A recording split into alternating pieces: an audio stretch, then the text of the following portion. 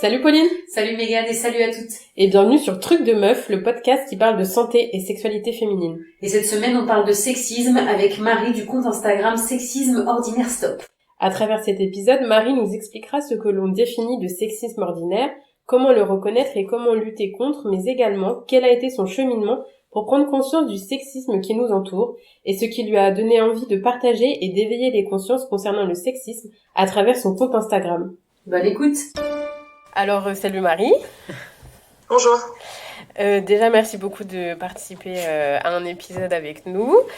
Aujourd'hui, on va parler du coup du sexisme. Est-ce que du coup, juste avant d'en parler, tu pourrais te présenter, s'il te plaît ?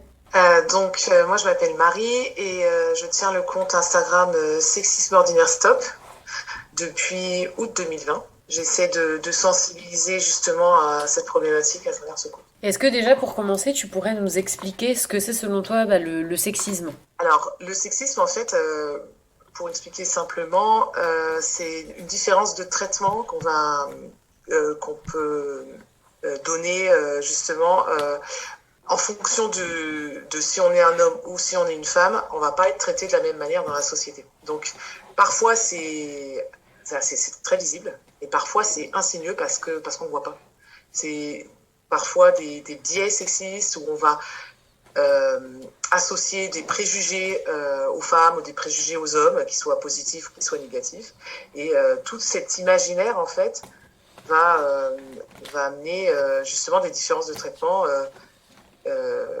dans les faits dans la société. Est-ce que de dire par exemple que une femme serait plus émotive, donc on va pas lui confier un poste avec plus de responsabilités parce qu'elle risque de pas supporter par exemple la concurrence ou la pression, ça pourrait être un biais justement lié au sexisme? Oui, complètement. C'est déjà cette idée de préjugé de se dire que les femmes, par défaut, on estime qu'elles sont moins compétentes dans plein de domaines, en particulier les domaines techniques, scientifiques. On va avoir ce biais cognitif assez fort et je crois qu'on a tellement peu de représentation de femmes qui sont haut placées qu'on a toujours des biais et qu'il faut combattre, en fait, qu'il faut les combattre tous les jours.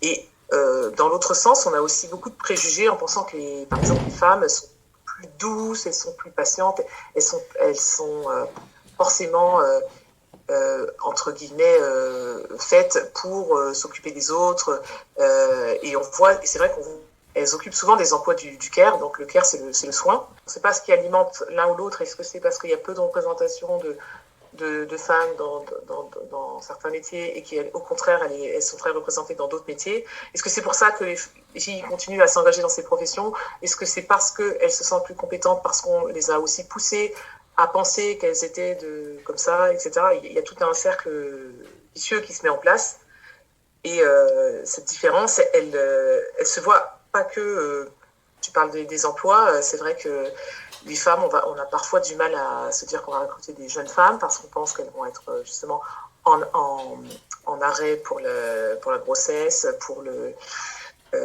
par rapport à leurs enfants.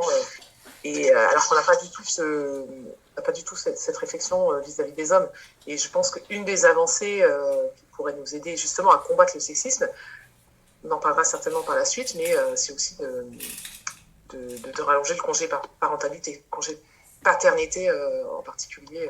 Donc ça se traduit à plein de niveaux. C'est aussi penser que les professions qui sont très féminines, je pense aux professions du care, par exemple, dans les métiers du soin à la personne, dans l'enseignement aussi, c'est très très féminin. On pense que c'est des métiers qui ont une forte valeur sociale, une très forte valeur sociale, parce que c'est extrêmement important. Sans les personnes qui avaient toutes ces professions, alors la société ne pourrait pas tourner, et pourtant ce sont des professions extrêmement mal rémunérées. Et du coup, est-ce qu'il y a eu un événement particulier qui t'a donné envie de créer ce compte Instagram et de parler de sexisme ? Moi, je me suis éveillée au féminisme, ça s'est fait progressivement, et notamment quand je suis rentrée dans la vie active. Et ça fait quelques années que c'est le cas. Et je me suis rendu compte parce que je me suis mis à côtoyer aussi des gens qui étaient plus âgés que moi, de gens différents, etc., qui venaient de différents milieux. Je me suis rendu compte que c'était quelque chose d'assez insidieux. Et au niveau administratif aussi, c'est quelque chose qui m'a beaucoup frappée. Mais de me rendre compte qu'il faut sans cesse se battre pour que son nom apparaisse sur beaucoup de documents, qu'on n'est pas forcément crédible. Moi, quand je suis rentrée dans la vie active, forcément étant jeune, j'ai eu l'impression que je devais me rendre crédible à chaque fois. Puis j'ai commencé à avoir des lectures aussi, à suivre des comptes. Et puis en fait, c'est le confinement qui m'a fait penser que voilà, il était temps que j'ouvre mon compte parce que j'avais vraiment besoin d'en parler, j'avais besoin de sensibiliser la question, parce que c'est le sexisme ordinaire, c'est vraiment ce qui nous révolte qui me révoltait le plus au quotidien. Et donc le sexisme ordinaire, c'est des injustices qui sont pas forcément visibles et qu'on peut considérer comme structurelles. Elles sont systémiques et elles sont pas toujours visibles. C'est-à-dire que ça peut aller de la remarque qu'on va faire sur la tenue, des préjugés qu'on peut avoir vis-à-vis des femmes, et qu'on ne questionne pas, comme si c'était normal. C'est aussi le fait que les femmes elles se sentent moins en sécurité dans l'espace public. C'est le fait qu'on se dévalorise aussi parce qu'on nous a poussé à penser qu'on était pas forcément compétente. Je pense particulièrement en mathématiques ou dans d'autres domaines. C'est autour de nous. C'est-à-dire que on a tous des biais sexistes, même les féministes en ont, parce que on a été éduqués comme ça dans une société profondément patriarcale avec de forts biais sexistes. Et donc c'est compliqué de s'en défaire. On voit aussi dans la publicité. Ouais, c'est toujours quelque chose qui m'a beaucoup révoltée, c'est à quel point le corps des femmes est sexualisé, c'est vraiment, c'est très marqué. Et en fait, des choses qui devraient nous choquer ne nous choquent plus parce qu'on est habitué. On est même habitué en tant que femme à prendre sur nous, se dire que c'est notre faute lorsqu'on se fait agresser, lorsqu'on se fait suivre, qu'on ne doit pas s'habiller comme ça, de restreindre nos libertés en fait. Alors que quand on y réfléchit, ben c'est totalement injuste, c'est pas normal. Ouais. Oui, en fait, on culpabilise de quelque chose dont on ne devrait pas culpabiliser parce que le problème, finalement, il vient pas du tout, par exemple, de la façon dont on est habillé ou le fait qu'on soit une femme. Tout simplement, c'est juste que il y a des choses qui sont complètement ancrées, je pense, dans notre société et dans notre façon de penser finalement, parce que c'est comme ça depuis très longtemps, cette façon patriarcale de penser et même d'agir. Et oui, c'est quand même fou. Et je voulais rebondir aussi du coup sur les choses qu'on voit pas forcément mais qui existent. J'ai vu justement que tu avais mis sur ta page Instagram, par exemple, pour les jouets des enfants, les trucs pour les filles, par exemple, on différencie et les prix sont différents pour les jouets pour les filles et pour les garçons. Et ça, du coup, ça fait partie justement du sexisme ordinaire. Oui, exactement. Et donc, tu fais référence à la taxe rose. Donc ça, c'est un phénomène qui est vraiment documenté. Donc c'est pas moi qui l'invente. Hein. Et on s'est rendu compte que effectivement, tous les objets, articles qui étaient marketés pour les femmes, donc c'est pas seulement ceux qui sont roses, hein, mais ceux qui sont pensés, en tout cas par les ingénieurs, designers, etc., comme des produits à destination des femmes, sont vendus plus cher. Et on le voit énormément sur les jouets parce que on a vraiment lorsqu'on rentre dans un magasin, on voit tout de suite deux catégories. Il y a comme s'il y avait que deux couleurs, c'est les jouets roses et les jouets bleus. Et donc, même s'ils ne sont pas forcément écrits comme étant pour filles, la plupart du temps, ils sont quand même présentés comme tels. Parfois, ils ne le sont pas, mais en tout cas, ils sont pensés pour l'être. Et donc, on voit une différence de tarif qui est absolument lamentable. Et c'est aussi valable pour plein de choses qu'on a nous-mêmes vécues. Par exemple, les tarifs, je pense, en salon de coiffure. C'est quand même, quand on y réfléchit, c'est quand même quelque chose d'hallucinant de se dire qu'on va payer beaucoup plus, parfois le double, alors que parfois il s'agit juste simplement de couper des pointes. Oui, c'est plus vraiment, ça devrait être juste une question de la technique qui a employé, le temps que ça prend, et pas parce que t'es une femme, t'as les cheveux longs, c'est plus cher, quoi. En fait, ça vient d'un préjugé qui est simple, c'est que ceux qui envisagent ces tarifs pensent que les femmes sont prêtes à payer plus. Voilà, pour être belle, donc pour acheter des cosmétiques, pour mettre du déodorant, pour avoir un rasoir qui est rose, enfin des choses comme ça. C'est un peu un cercle vicieux parce qu'en fait, on pousse les femmes à faire attention à leur apparence, bien plus que les hommes. Donc c'est-à-dire qu'on va leur dire, c'est insinueux, mais dans la publicité, dans les médias, etc., on voit qu'on attend des femmes qu'elles soient belles, qu'elles soient jolies, donc qu'elles utilisent des cosmétiques, différents produits, etc. Si elles ne font pas tout ça, on va les considérer comme négligés. Alors qu'un homme qui ne se maquille pas, qui ne se coiffe pas, qui a des habits classiques et qui est, somme toute, quelqu'un de tout à fait normal, on ne va pas dire qu'il est négligé. Une femme, par contre, qui ne rentre pas dans ces codes de performance de féminité, elle va être considérée comme négligée, et il y aura une forme de sanction sociale, parce qu'on va la pointer du doigt, on va la critiquer. Parfois, on ne le fait pas, mais on sent les regards, on voit la différence. On n'a pas du tout la même liberté en tant que femme et en tant qu'homme par rapport à notre apparence, nos choix vestimentaires, nos choix qui sont liés à nos corps. Et donc, ces raisons poussent les femmes à justement essayer de performer, à se dire je rentre dans ces codes. Alors, c'est pas forcément conscient, parfois c'est conscient, parfois ça ne l'est pas. Mais en tout cas, le problème de ça, c'est que les marques en profitent justement pour proposer des articles qui sont plus chers, sachant qu'en plus, les femmes sont en situation où elles gagnent en moyenne moins d'argent que les hommes. Oui, que les hommes en plus. De par leur profession, de par le fait que ce sont elles qui occupent des emplois partiels, bien plus que les hommes, souvent pour s'occuper des enfants, qui font des arrêts justement pour s'occuper des enfants. C'est elles qui ont des métiers qui sont peu valorisés en termes de salaire dans la société. C'est quelque chose qui me touche beaucoup, cette question de la taxe rose, parce que ça fait partie du sexisme ordinaire, c'est-à-dire que c'est quotidien, et quand on n'y réfléchit pas, on peut penser de se dire c'est pas grave, il y a des couleurs attribuées, une couleur attribuée aux garçons, une couleur attribuée aux filles, mais ça va plus loin que ça, c'est aussi politique ces choix, et je pense qu'il est vraiment important d'essayer de casser tout ça. Lorsqu'on est une femme, on ne se rend pas forcément compte, mais on va acheter une paire de chaussettes, on n'a pas l'habitude d'aller au rayon homme, on va se rendre compte pour le même produit, on va payer 30% de plus, voire davantage en fait. Moi, je l'ai vécu avec les rasoirs notamment. Le jour où j'ai dû m'acheter un rasoir, j'ai bien vu que c'était exactement le même pour les femmes et pour les hommes, et tu le payes quasiment 3 fois plus cher parce que il est rose, mais c'est le même nombre de lames, il a exactement la même tête, juste pas la même couleur. Et c'est vrai que la première fois, j'avais hésité en me disant, bah, c'est pour homme, alors peut-être que c'est plus adapté à la peau des hommes. Enfin, tu sais, tu te poses un peu la question, et puis en fait, finalement, pour avoir essayé, c'est exactement la même chose, sauf que c'est 3 fois moins cher, quoi. Exactement. Et je pense que moi, au début, quand j'étais adolescente, je ne me posais pas ces questions-là, je n'allais pas au rayon homme, je n'avais aucune idée de ça. Et en fait, lorsque je me suis rendu compte de cette injustice énorme qu'il y a, et moi, ce qui m'a vraiment frappé, entre autres, c'est les vêtements féminins qui n'ont pas de poche ou des poches quasi absentes. Et je m'en suis rendu compte assez tardivement, en fait, parce que moi, j'ai longtemps, et je continue à le faire, à porter des jupes, des robes, etc. Et donc, je n'avais pas forcément conscience de cette différence, cette histoire de poche. Et j'ai recommencé à mettre davantage de pantalons. Et je me suis rendu compte en regardant les vêtements de mon conjoint que lui, il avait des poches partout, quoi. Alors, les vestes, et des grandes poches en plus. etc. Et c'est quelque chose qui m'a rendu folle. Et donc, je me sens terriblement impuissante face à ça. Après, moi, à chaque vêtement que j'achète, je rallonge systématiquement toutes mes poches. Quand j'achète un vêtement, je rallonge les poches. Je crée des poches internes pour des vestes, mes manteaux, etc. Mais ce n'est pas une solution au problème, quoi. Le problème, c'est de mettre en évidence qu'il y a une injustice et qu'il y a vraiment une différence de traitement. Et j'espère que c'est quelque chose sur lequel on va travailler. Parfois, j'entends des détracteurs qui vont me dire c'est un faux problème, il y a des choses plus graves. C'est-à-dire que le sexisme, c'est comme une pyramide.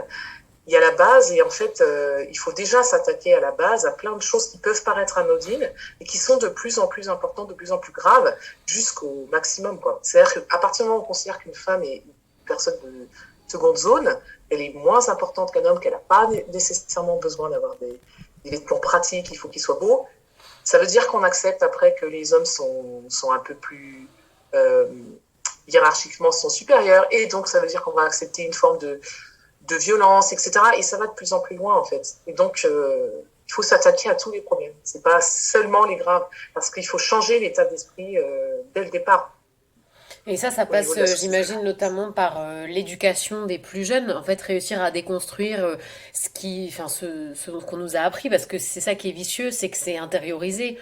Enfin, combien de fois en tant que femme on s'est dit bah oui c'est moi, c'est ma faute, ou si tu prends pas le temps de prendre du recul, il y a des choses qui te semblent logiques parce qu'on te les a apprises, et du coup toi-même tu peux faire preuve de sexisme envers toi mais aussi envers les autres femmes. Oui, et ça, on peut trouver le parallèle aussi avec le racisme. On a tous, dans notre société, en tout cas si on est né en France, des biais racistes, on en a, et parfois même lorsqu'on est racisé soi-même, hein, et de la même manière qu'en tant que femme, on peut avoir des biais misogynes, parce que c'est beaucoup de choses qu'on nous apprend insidieusement et qui sont tout autour de nous et qu'on intègre comme étant des choses normales. De la même manière qu'on va souvent répéter des phrases qu'on a entendues, des adages, des choses comme ça, qui sont parfois complètement faux. Et on ne se pose pas la question. Hein. Je pense par exemple à des personnes qui disent couvre-toi, tu vas être malade. Non, ça n'a rien à voir. Là, on est malade s'il y a une infection ou s'il y a un virus. S'il n'y a pas de virus, même s'il fait moins 20 degrés, on ne sera pas malade. Mais c'est des choses qu'on entend et qu'on répète sans réfléchir. Et ça, c'est valable énormément dans le cas de la misogynie intériorisée parce qu'on entend beaucoup de choses ou alors on a des représentations qui sont très, très, très codifiées. C'est-à-dire qu'on ne voit les femmes que dans certaines situations, dans certaines professions, même dans les films, par exemple, on va leur donner certains rôles. Et pour les hommes, c'est pareil. Donc, en fait, on se construit l'idée que c'est la norme et que c'est... Et finalement, qu'est-ce qui vient de la norme, qu'est-ce qui vient de ce qu'on veut vraiment, ça peut être un peu flou, mais c'est tout ça qui fait qu'on va intérioriser des préjugés qui sont profondément misogynes. Et est-ce que tu penses que c'est nous, en tant que femmes, qui sommes responsables justement du fait que le sexisme se perpétue? Est-ce que c'est les hommes? Est-ce que c'est l'éducation? Est-ce que c'est justement le divertissement, les séries, le cinéma? Ou même les pubs. Ou même les Aussi, publicités? par exemple, les publicités qu'on peut voir à la télé aussi. Hein. En fait, il faut imaginer que le responsable, c'est la société. La société, elle est composée d'individus, des femmes et des hommes. Les hommes font partie du groupe des oppresseurs. Et encore une fois, c'est quelque chose de systémique. C'est un système. Ça ne veut pas dire que la question individuelle ne se pose pas. Donc, et pour les femmes, elles font partie du groupe oppressé. Et c'est pareil, c'est-à-dire que c'est un système où il y a l'ensemble des personnes qui sont là. Ce système, il existe, il s'alimente, il s'auto-alimente aussi. La spécificité, justement, du sexisme par rapport à d'autres formes d'oppression, elle est que dans notre fonctionnement de société, on évolue au sein d'une famille nucléaire. C'est-à-dire que ce qui est attendu des gens, c'est qu'ils forment un couple, de préférence hétérosexuel évidemment, et ensuite qu'ils aient des enfants, etc. Et qui vivent au sein du foyer. C'est ça la famille nucléaire. Et la spécificité, c'est que dans aucune autre discrimination qu'on peut voir, on voit des personnes oppressées vivre avec leur oppresseur. Et dans le cas du sexisme, pourtant, c'est le cas. C'est cette spécificité. C'est-à-dire que quand on parle de racisme, par exemple, envers des communautés, on va s'apercevoir que les gens qui souffrent de ces discriminations vivent aussi au sein de leur communauté, mais ils ne vivent pas avec leurs oppresseurs. De la même manière que on peut retrouver ce phénomène dans d'autres types de discrimination. Mais dans le cas du sexisme, eh bien, les hommes et les femmes vivent ensemble. Et donc, est-ce que les femmes se sentent solidaires entre elles, ou plutôt elles se sentent solidaires vis-à-vis de leur conjoint, de leur couple, de leur famille? C'est ça, là, cette différence. C'est que je crois que ce qui peut manquer, c'est que le groupe femme en tant que tel n'est pas forcément uni du fait de, justement, cette question du couple, notamment. Parce que c'est vrai que comment se sentir, est-ce que se sent plus solidaire d'autres femmes lorsqu'on est en couple hétérosexuel, ou est-ce que se sent plutôt solidaire vis-à-vis de son conjoint, etc. C'est toutes ces questions qu'il faut se poser, et je crois que c'est la spécificité. C'est un système qui s'alimente aussi par lui-même, parce que d'un certain côté, admettre quand on est une femme qu'on vit des oppressions, c'est pas toujours facile. Donc il y a beaucoup de femmes aussi qui préfèrent fermer les yeux sur ça, ou voir qui trouvent une forme de sécurité. Parce que je pense notamment la question financière. C'est vrai que souvent le système, en fait, il est construit de manière à encourager plutôt les femmes à ne pas forcément avoir une profession rémunérée et éduquer les enfants, et plutôt leur conjoint à justement avoir une profession rémunérée. Alors, ça veut dire que, bien sûr, qu'il y a évidemment des couples où tous les deux travaillent, il n'y a pas de souci. Mais en tout cas, dans le cas où il y en a un qui va s'occuper des enfants, ce sera une. Et donc, il y a cette question-là aussi, finalement, de la dépendance à l'autre. Donc, certaines femmes peuvent trouver aussi, je pense, une forme d'avantage aussi, parce que, pas oublier que là, on parle du groupe homme, du groupe femme, et à travers ces deux groupes, il y a aussi la question des classes sociales. Et il y a des femmes, par exemple, de la classe bourgeoise qui vont peut-être se sentir plutôt solidaires de leur classe, donc avec des hommes aussi, donc se sentir proches d'hommes qui font partie de leur même classe, et qui ne vont pas se reconnaître forcément dans des femmes qui viennent d'un milieu plus défavorisé, par exemple, alors qu'elles forment le groupe femmes toutes les deux, et elles vivent aussi des oppressions. Les oppressions ne sont pas forcément sont pas forcément les mêmes, sur la même échelle. Il me Et semble donc, que c'est Simone de c'est Beauvoir, je complexe. crois, qui expliquait ça, qu'effectivement, les femmes ne se sentent pas vraiment être une classe, mais elles appartiennent plutôt à une classe sociale, alors qu'on est un groupe d'individus qui ont quand même les mêmes problématiques. Il me semble que c'est elle qui expliquait ça, justement, et c'est pour ça que les inégalités aussi perdurent aussi facilement, parce qu'il y a moins cet esprit de corps de dire pour toutes les femmes, on va refuser telle chose, parce qu'on se sent solidaires les unes des autres, quoi. Exactement. Alors, il n'y a pas qu'elle. Moi, je lis pas mal de livres aussi sur la question. Je n'ai pas le nom d'autrice en particulier, mais je l'ai lu à plusieurs reprises. Justement, il y en a plusieurs qui défendent cette idée. Et c'est vrai que quand on n'y pense pas au départ, ça ne vient pas. Mais cette question de classe, et parfois, elle va supplanter la question justement du sexisme, parce qu'en fait, finalement, toutes les femmes ne vont pas se retrouver dans les discriminations que vivent d'autres. Et donc, c'est quelque chose de plus complexe, en fait. Même si on réalise quand même que enfin, en tant que femme, on a quand même globalement toutes vécu certaines choses. Par Ouais. exemple, le harcèlement de rue, par exemple, voilà, les discriminations vraiment sur le physique, des choses comme ça, on l'a toutes finalement vécu. Et c'est cette peur dont tu parlais un peu plus tôt, d'être dans l'espace social, dans la rue, Mm. je pense que c'est une peur qu'on a toutes en tant que femme, même sans avoir Ouais. vécu d'événements qui sont forcément traumatisants où en fait on est avec ça, c'est un peu intrinsèque, où en tant que femme, bah, t'as peur d'être dans certains endroits, de te mettre dans certaines situations. Oui, mais j'ai l'impression que c'est assez récent finalement d'en parler autant. J'ai Oui. plutôt l'impression que du point de vue de nos parents, de nos grands-parents, les femmes n'avaient pas forcément conscience que c'était un problème systémique. Enfin, les femmes et les hommes, d'ailleurs, on n'avait pas forcément conscience que c'était un problème systémique. Depuis MeToo en 2016, il est vrai que justement la question de la sécurité, du harcèlement de rue, du harcèlement sexuel, et tout ça a été mis sur le devant de la scène. Et c'est à ce moment-là, plus ou moins, que les femmes ont pris conscience qu'elles n'étaient pas seules à vivre ça. Et c'est finalement assez récent de se rendre compte que c'est un problème systémique. Mais pour l'instant, on se rend compte de ça, et pour autant, il n'y a rien qui se passe. Il y a un point vraiment important, je pense justement, qui devrait absolument éveiller les consciences, c'est la question justement des agresseurs. Il y a encore des doutes sur les propos des femmes. On est encore en train de remettre en question. Oui, c'est vrai qu'il À y a ce toujours, sujet, enfin pas toujours, mais très souvent, on entend des femmes qui disent que leur propos a été remis en question. Et ça, c'est quand même fou que les personnes qui ont été, qui ont subi ça, qui ont été agressées, etc., aient leurs propos remis en cause et qu'on ne les croit pas, alors que les agresseurs, voilà, et s'ils disent je ne suis pas coupable, j'ai rien fait, oui, mais elle était consentante, etc., c'est pas remis en cause. Et ça, c'est quand même incroyable de se dire que oui, on commence à la parole se libère, on commence à dénoncer, à en parler, etc. Mais pour autant, j'ai l'impression que les femmes ne sont pas protégées. En fait, il n'y a pas grand-chose qui est mis en place, ou alors peut-être que j'en ai pas conscience, mais ouais, c'est un petit peu ouais, compliqué, je trouve, pour l'instant. c'est-à-dire que maintenant qu'on a bien compris que c'était un problème systémique, les violences que subissaient les femmes, eh bien, il faut qu'on comprenne vraiment que si on connaît toutes des femmes qui ont été agressées, violées, violentées, et si on a vécu de différentes agressions et situations sexistes, et ça veut aussi dire qu'on connaît aussi des agresseurs et des violeurs et Oui, des hommes qui sont comme ça. Et c'est ce point qu'on n'a pas encore vraiment développé.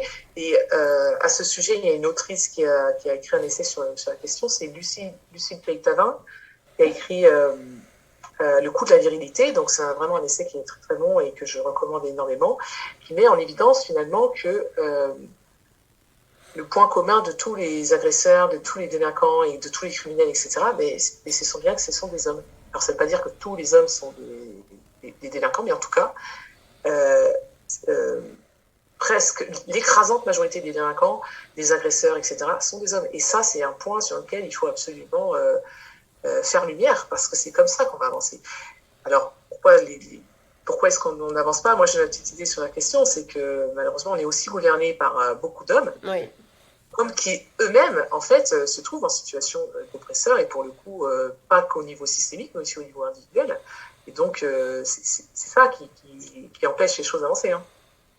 Les hommes ont des choses à perdre, hein, malgré tout, des privilèges, en fait, à perdre, bien que on le perçoit comme ça au départ, alors qu'en réalité, c'est pour gagner quelque chose, et tout le monde va gagner quelque chose. Si on estime que tous les êtres humains sont égaux, quelle que soit leur différence, eh bien, ça va être du vivre ensemble, ça va être énormément il y aura beaucoup moins d'agressions, de crimes, de harcèlement, de choses qui sont violentes et qui finalement, les hommes aussi souffrent de ces situations. C'est leur sœur qui est violée, leur mère qui est tuée, etc. Enfin, c'est des choses qui sont absolument dramatiques.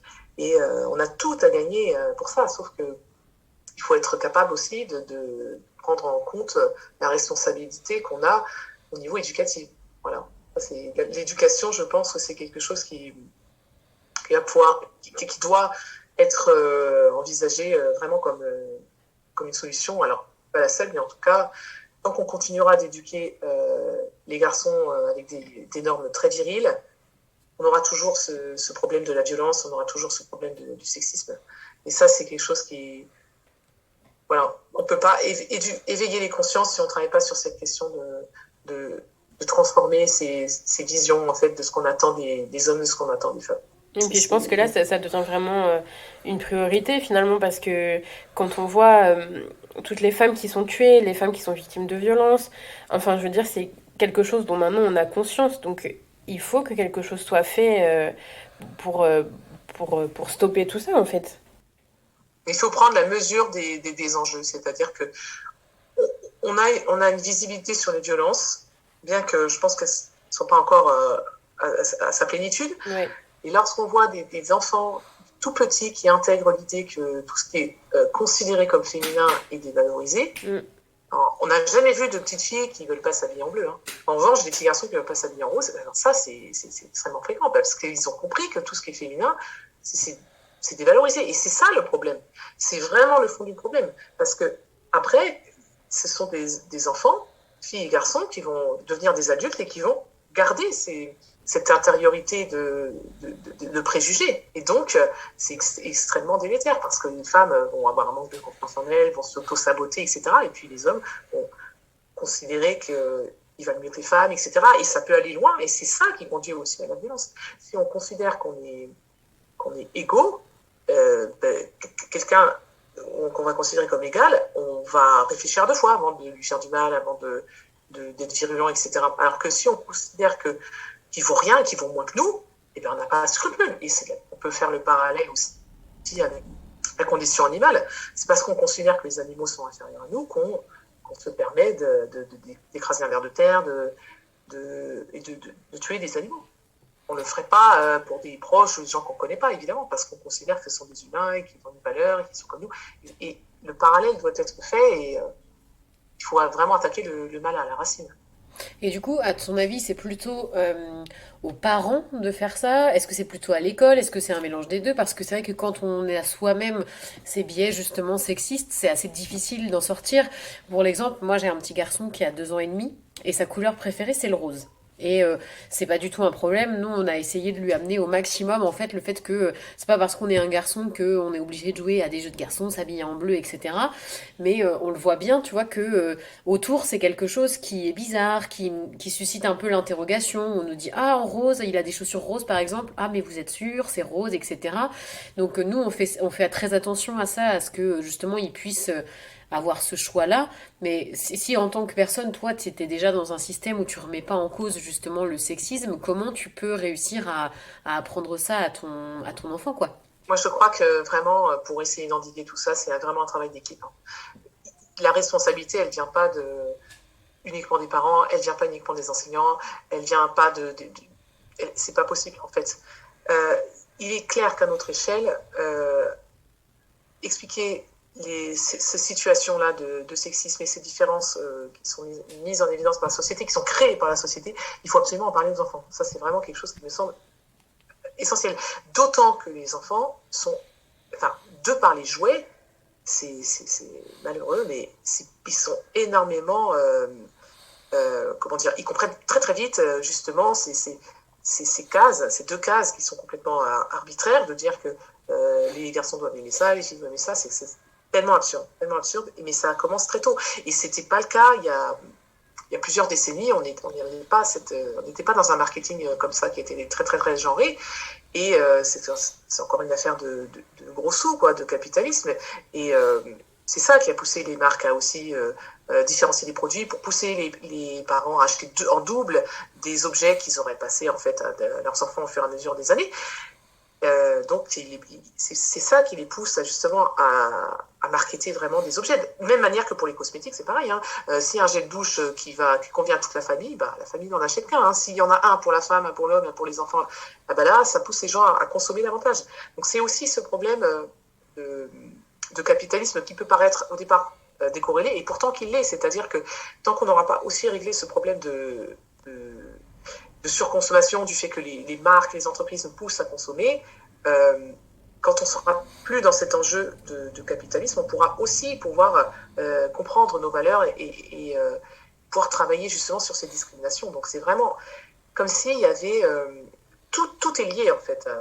Lié, et il est clair que l'éducation que les parents donnent à leurs enfants, elle est absolument primordiale, mais pas seulement, parce qu'il y a aussi l'école, évidemment. Si les parents font ce qu'ils peuvent à la maison, et ensuite les enfants ont un autre discours à l'école, c'est un peu contre-productif.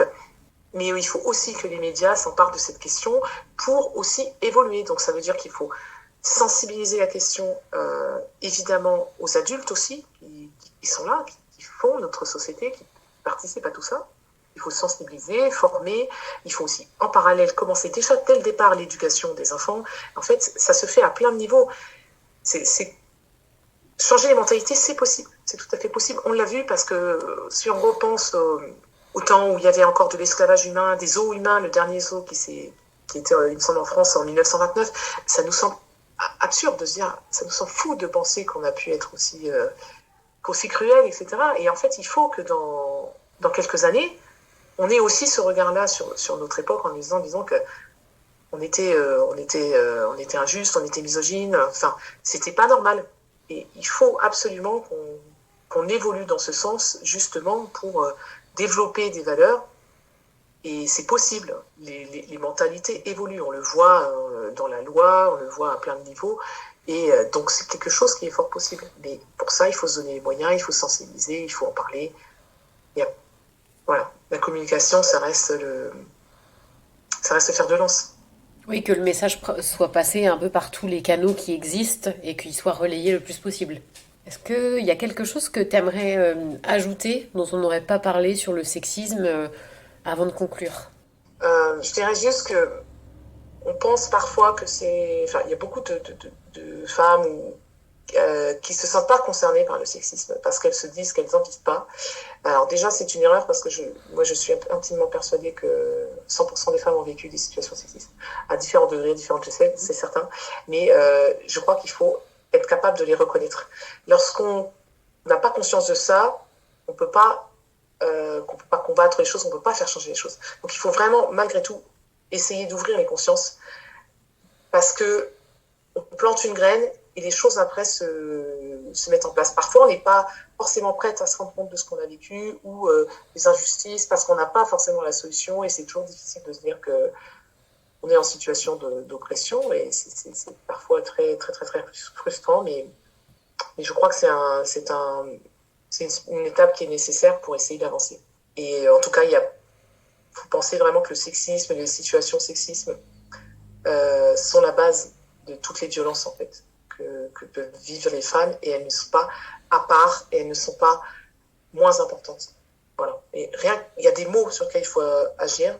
Par exemple, dire blague sexiste, ce n'est plus possible de parler de blague sexiste en fait. C'est pas une blague en fait. Si c'est sexiste, bah, c'est pas drôle. En fait. Et sur plein d'autres choses, je crois que les mots ont vraiment un sens extrêmement important et sur lequel il est vraiment important aussi d'agir. Un petit exemple auquel je pensais, c'est que souvent on a tendance à dire ah ben, cette personne-là s'est faite violer, etc. Et ça, c'est terrible comme tournure de phrase parce que ça sous-entend qu'elle a fait quelque chose. Non, elle s'est pas faite violer, elle a été violée en fait. Il faut vraiment remettre les mots comme dans leur sens premier. De la même manière que par contre on va dire ah bah un tel, ce monsieur, ce médecin a accouché une femme. Non, il n'a pas accouché. Il a aidé à accoucher, c'est elle qui a fait l'acte. Donc on est capable de déposséder les femmes ne serait-ce que de leur accouchement, de leur grossesse, rien que dans les mots qui sont employés. Et en revanche, de leur faire porter une responsabilité dans ce qu'elles vivent. Elle s'est fait agresser, elle s'est fait violer. Non, elle l'a été. Et donc les mots ont vraiment un impact très très fort aussi. Donc c'est très important. Ok. Bah, merci beaucoup Marie. Ouais. Et on va mettre le lien vers ton Instagram aussi pour que les gens qui nous ont écoutés puissent te suivre et essayer de faire avancer toutes et tous, parce que c'est aussi une affaire d'hommes, cette histoire de sexisme, les choses. Merci beaucoup à vous en tout cas pour cet échange. Nous espérons que cet épisode vous aura plu et surtout qu'il vous aura peut-être permis de vous informer, de vous questionner à propos du sexisme ordinaire et donner l'envie éventuellement d'éveiller à votre tour les consciences de votre entourage. Et si vous avez des questions ou que vous souhaitez vous renseigner davantage, on vous met le compte Instagram de Marie en barre d'infos. Quant à nous, on vous donne rendez-vous la semaine prochaine pour un nouvel épisode. Ciao les meufs!